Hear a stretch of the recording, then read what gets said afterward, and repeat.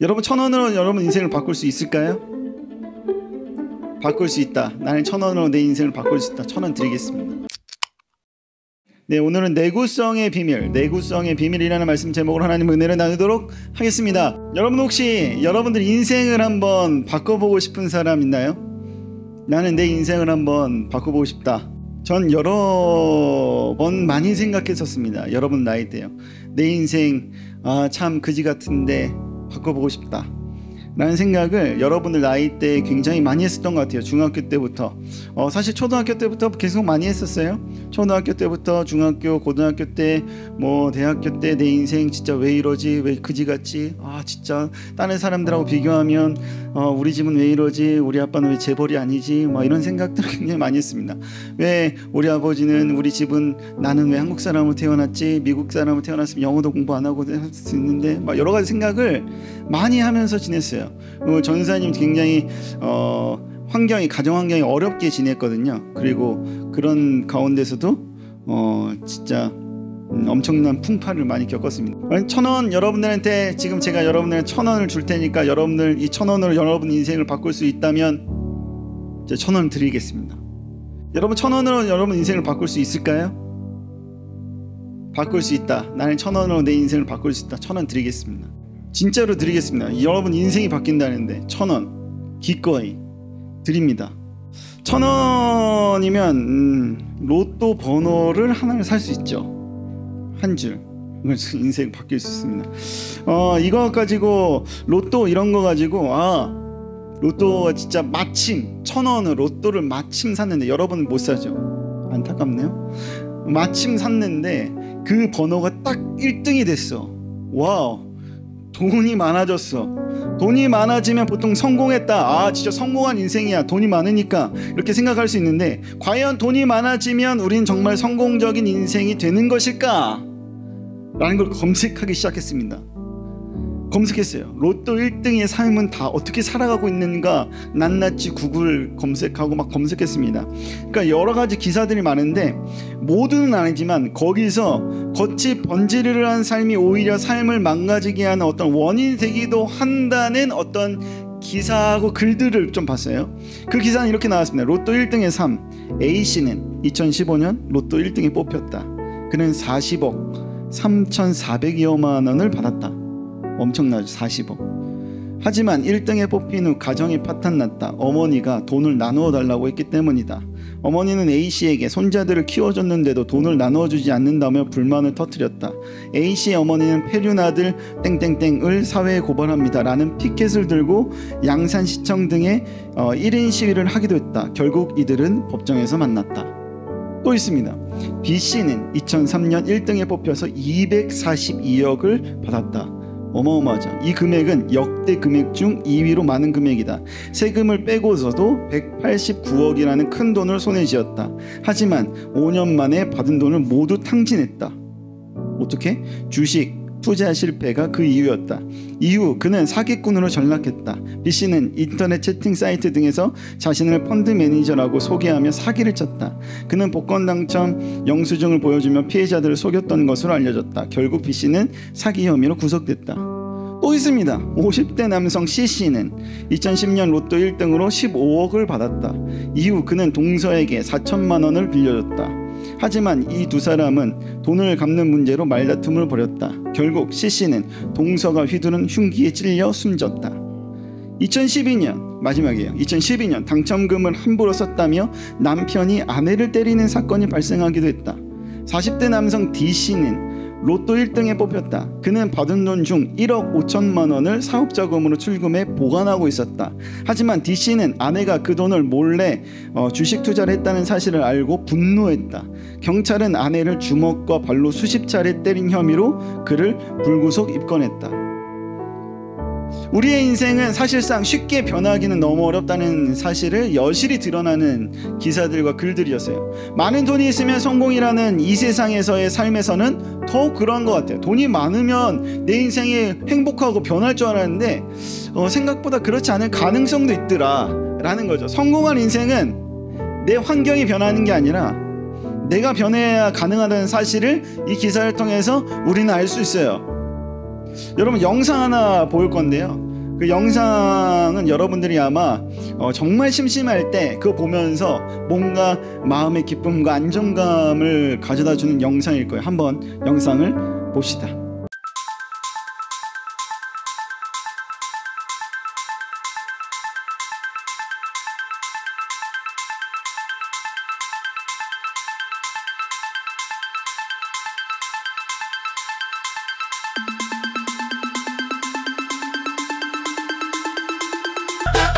압축기로 뭔가 압축하는 영상인데, 이 압축기로 압축하는 영상을 보면 전원사님이 아무 생각 없이 이렇게 봤거든요. 이렇게 넘기다가 유튜브에서 이렇게 보기도 하고, 페이북에서 보기도 하고, 인스타에서 보기도 하고 봤는데 은근히 중독되더라고요. 뭔가 이거 어떻게 되지까 막 이런 거 있잖아요. 뭐 레고도 했고, 뭐 저렇게 볼링공도 했고, 뭐 여러 가지 막 고무공도 했고 했는데, 이 압축기로 압축할 때 이 물건이 이 견디는 성질을 뭐라고 하냐면 내구성이라 그래. 내구성. 이 볼링공이 압축기로 압축할 때 견디는 그 성질을 뭐라고 한다? 내구성. 나를 한번 상상해 봅시다. 나를 압축기로 압축한다고 할 때 나는 어느 정도까지 버틸 수 있을까? 나의 내구성은 좋은가 나쁜가? 여러분들의 삶이 이 압축기처럼 여러분들 이렇게 여러분들 인생을 누르는 것처럼 깝깝하고 숨도 못 쉬고 정말 막 그런데 나는 어디까지 과연 버틸 수 있을까? 이게 내구성. 나의 내구성은 어느 정도까지인가? 여러분들의 인내심은 어느 정도까지인가? 어디까지 버틸 수 있는가? 이게 오늘 이야기의 핵심 포인트예요. 어떤 글을 봤습니다. 정말 예쁜 여자가, 은비처럼 정말 아름다운 여자가 결혼을 하게 됐습니다. 근데 결혼하기 전에 한 남자를 만나는데, 그 남자는 여기서 고르기 너무 힘든데 그 남자는 준영이처럼 되게 이제 멀끔하고 잘생기고 이제 성격도 너무 좋고 막 돈도 좀 많고 좋은 차 타고 좋은 시계 차고 좋은 옷 입고 너무 완벽한 사람인 거예요. 이 여자가 봤을 때 나한테 너무 잘하고, 그리고 심지어 이런 일들도 있었습니다. 이 사람의 순결을 내가 지켜줘야지 라는 마음으로 이 여자를 지켜줬어요. 그렇게 해서 이 여자는 이 남자 정말 좋은 사람이구나 라는 것을 인지하고 결혼을 결심합니다. 그리고 결혼을 했어요. 너무 좋겠죠. 너무 완벽한 남자. 결혼했어요. 첫날 밤 이 여자가 샤워를 하고 나왔습니다. 아주 집중 잘 되죠? 그리고 나서 이 남자가 옷을 벗고 샤워를 하러 들어갔어요. 이 여자는 떨리는 마음으로 이제 남편을 기다렸죠. 남자가 딱 나왔어요. 근데 이 여자가 소스라치게 놀랐습니다. 왜 놀랐을까요? 이 남자의 오른쪽 발목에 전자발찌가 채워져 있는 거예요. 와우, 성범죄자. 완전 성범죄자인 거예요. 어떻게 이 상황을 이제 어떻게 헤쳐나갈까요? 겉모습이 좋다고 이 사람이 좋은 건 아니더라. 겉모습이 완벽하다고 내구성이 좋은 건 아니더라. 결정적인 순간에는 결국은 이 겉모습이 아니라 이 속에 있는 것들이 드러나게 되어지는구나 라는 생각을 하게 됐어요. 이 오늘 이 우리가 읽었었던 이 성경의 이야기가 딱 요런 이야기예요. 전사님 집을 하나 보여줄 건데, 여러분은 이 집 중에서 과연 어떤 집이 더 좋은 집일까요? 이 오른쪽에 있는 집일까요? 여러분들 위치에서 왼쪽에 있는 집이 더 좋은 걸까요? 오른쪽에 있는 집이 더 좋은 걸까요? 자, 나는 왼쪽에 있는 저 집이 좋은 것 같다. 내리시고, 나는 오른쪽에 있는 집이 더 좋은 것 같다. 집을 누가 나한테 공짜로 준다 그랬어. 나는 오른쪽 집을 살 거야, 받을 거야, 기쁠 거야, 뭐 이렇게 생각하는 사람이 있나요? 보통 사람은 왼쪽 집이 더 좋아 보이죠. 저 같으면 왼쪽 집을 달라 그럴 거예요. 그죠? 눈으로 보이기에는 왼쪽이 더 좋아 보여요. 누구나 사실은 다 왼쪽 집을 소유하고 싶죠. 그런데요, 직접 눈으로 보아서는 알 수는 없는데, 알 수 있는 방법은 실제로 태풍이 몰아쳐 오면 그 집이 어느 집이 더 좋은 집인지를 판가름할 수가 있어요. 다음 화면 한 번만 보여주세요. 집 하나 나올 거예요, 똑같이. 네, 오늘 본문에도 그렇다라고 이야기는 하는데, 어떤 사람은 집을 튼튼한 반석 위에 지었고 또 어떤 사람은 모래 위에 집을 지었어요. 자, 어떤 집이 더 좋은 집인지는 알 수가 없어.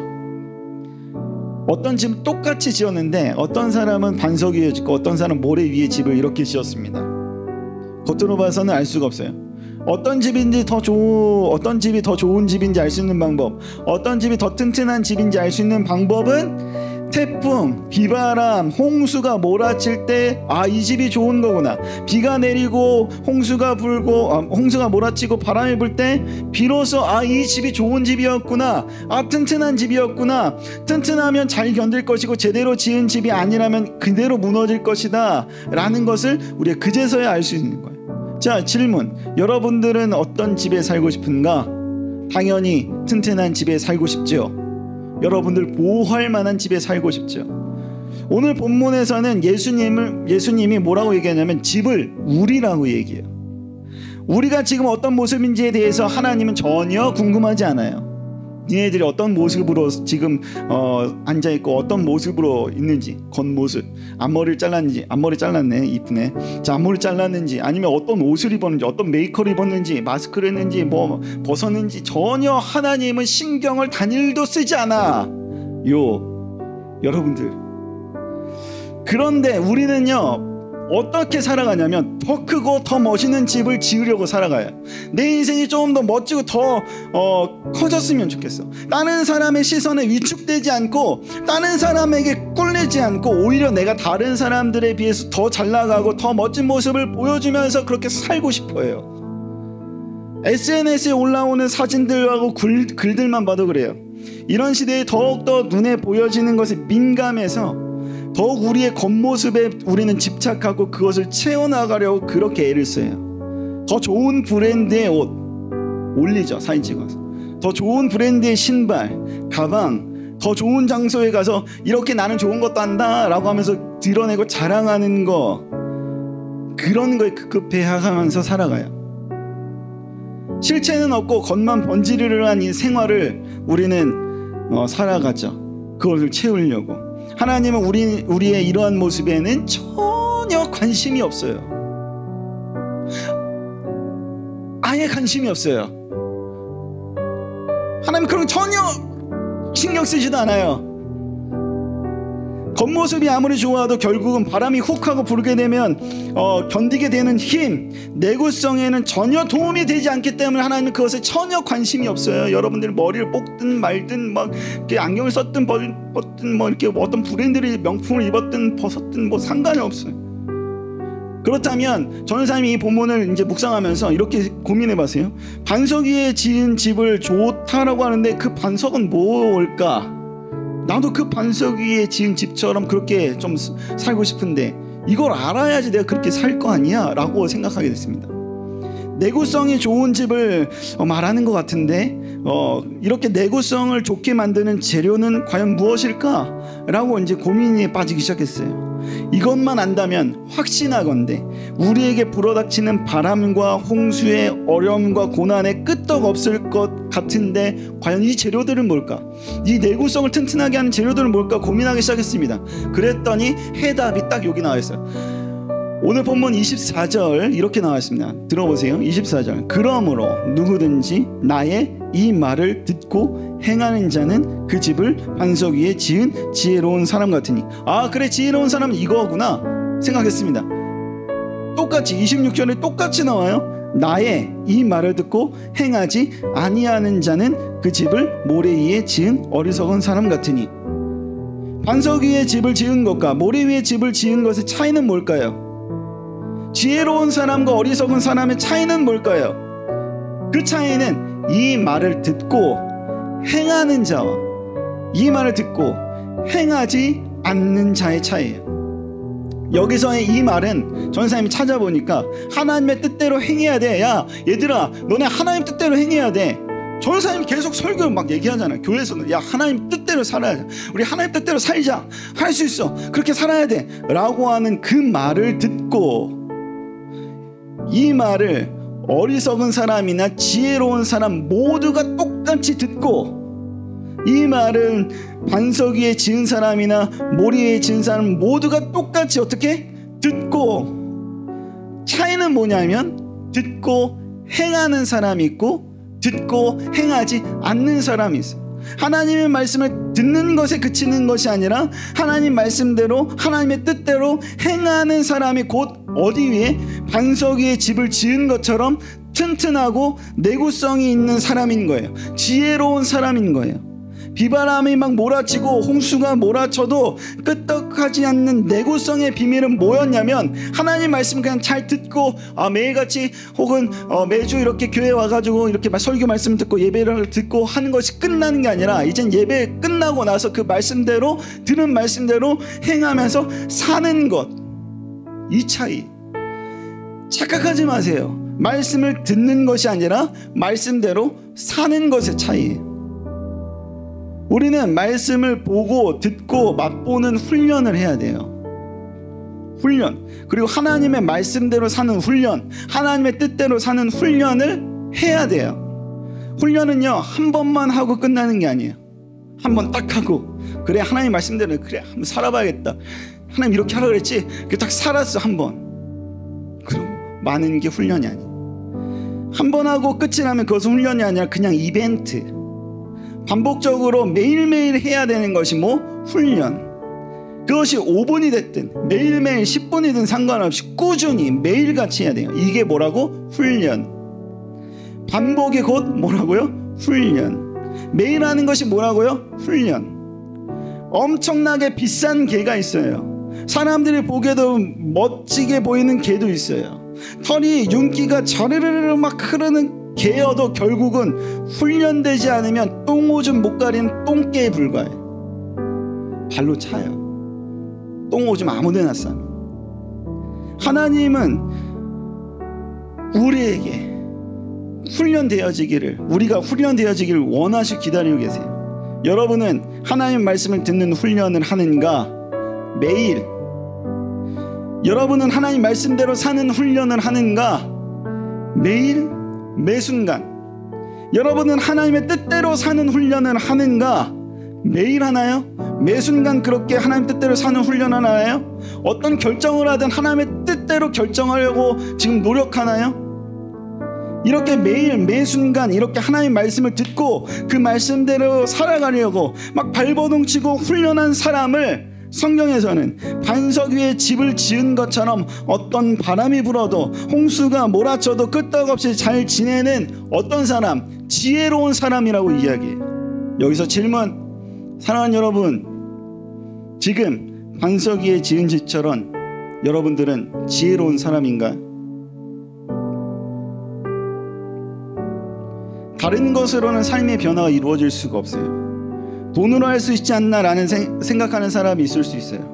좋은 직장에 들어가면, 좋은 대학에 들어가면, 그래서 권력과 명예와 돈을 모두 가지게 되면 되지 않나 생각하는 사람도 있을 거예요. 하지만 그것은 단지 내 환경이 바뀌는 거지 내 삶이 바뀌는 건 아니에요. 생각해 보세요. 내 환경이 내 삶인가? 내가 내 삶인가? 내 삶은 환경이 아니라 내 삶은 나 자체에 있는 거예요. 내가 변해야 내 삶이 변하는 거거든요. 그리고 또 한 가지, 환경이 여러분들을, 나를 보호해 줄 수가 없어요. 아무리 좋은 지붕, 아무리 좋은 재료로 벽을 세워도 그것을 몰아치는 태풍과 비바람을 견디기에는 턱없이 부족해요.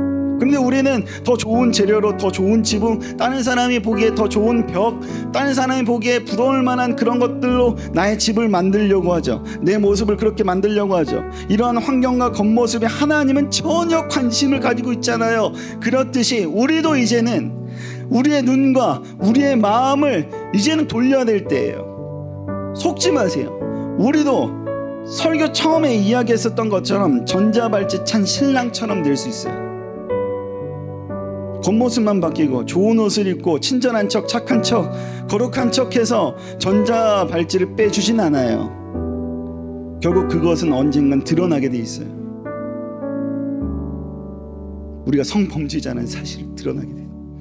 전자발찌가 채워져 있다는 사실을 드러나게 돼 있어요.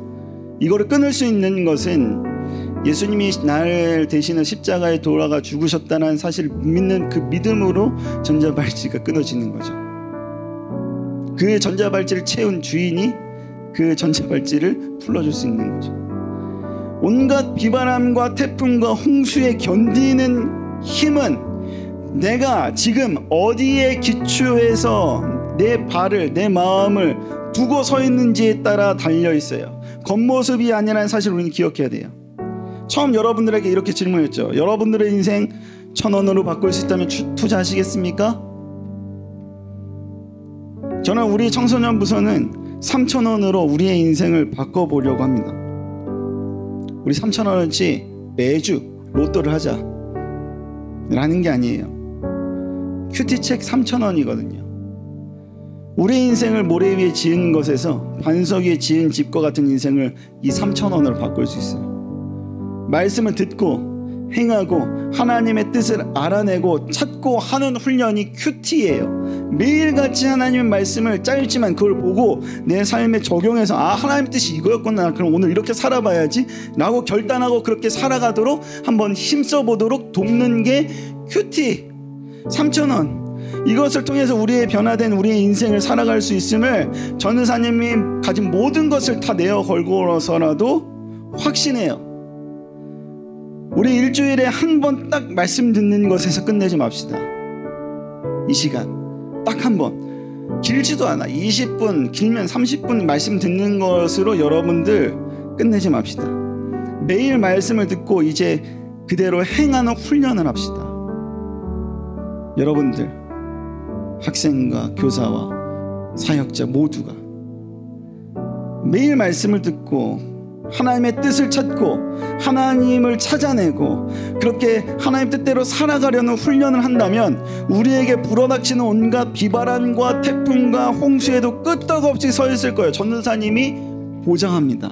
전도사님이 확신해요. 분명히 기억하세요. 우리의 내구성은, 견디게 하는 힘은 바로 말씀대로 사는 것에 있어요. 마지막으로 질문. 사랑하는 여러분들은 지혜로운 사람인가? 지혜로운 사람으로 살고 싶은가? 반석 위에 지어진 튼튼한 집으로 살고 싶은가? 그러면 말씀을 매일같이 묵상하고 말씀대로 살아가기를, 세상과 다른 나의 모습으로 살아가기를 다짐하였으면 좋겠습니다. 그리고 청소년부에서 여러분들이 그 말씀대로 살아가기를 도와주고 싶어가지고 큐티를 동아리별로 막 하려고 막 하는데 거기에 3,000원, 2,000원 아까워하지 마세요. 저는 이 큐티가 10,000원이라도 삽니다. 그것이 우리 인생 바꿀 수 있으니까. 10,000원이어도 100,000원이요? 삽니다. 에이 거짓말. 100,000원이면 어떻게 삽니다. 내 인생이 바뀔 수 있다면. 다른 것으로 여러분의 인생 바뀌지 않습니다. 하나님 말씀만이 여러분의 인생을 바꿀 수 있다는 사실을 그동안 많은 사람들을 통해서 봐왔고 하나님이 그렇게 역사하시는 걸 봐왔어요. 여러분들의 인생이 변하기를 소망해요. 3,000원 아까워하지 마시고 여러분들 인생을 그 말씀에 내어 걸기를 간절히 소망합니다. 우리 삶의 내구성의 비밀은 어디에 있다? 말씀에 있다. 우리 앞뒤적으로 이렇게 인사하면서 말씀 마치겠습니다. 말해줄게요. 다짐하는 마음을 결연한 눈빛으로 하나님의 말씀이 너를 견디게 해. 시작. 하나님의 말씀이 너를 견디게 해. 자, 이렇게 마지막으로 얘기합시다. 말씀대로 살자 제발. 시작. 말씀대로 살자 제발. 자, 같이 기도하겠습니다.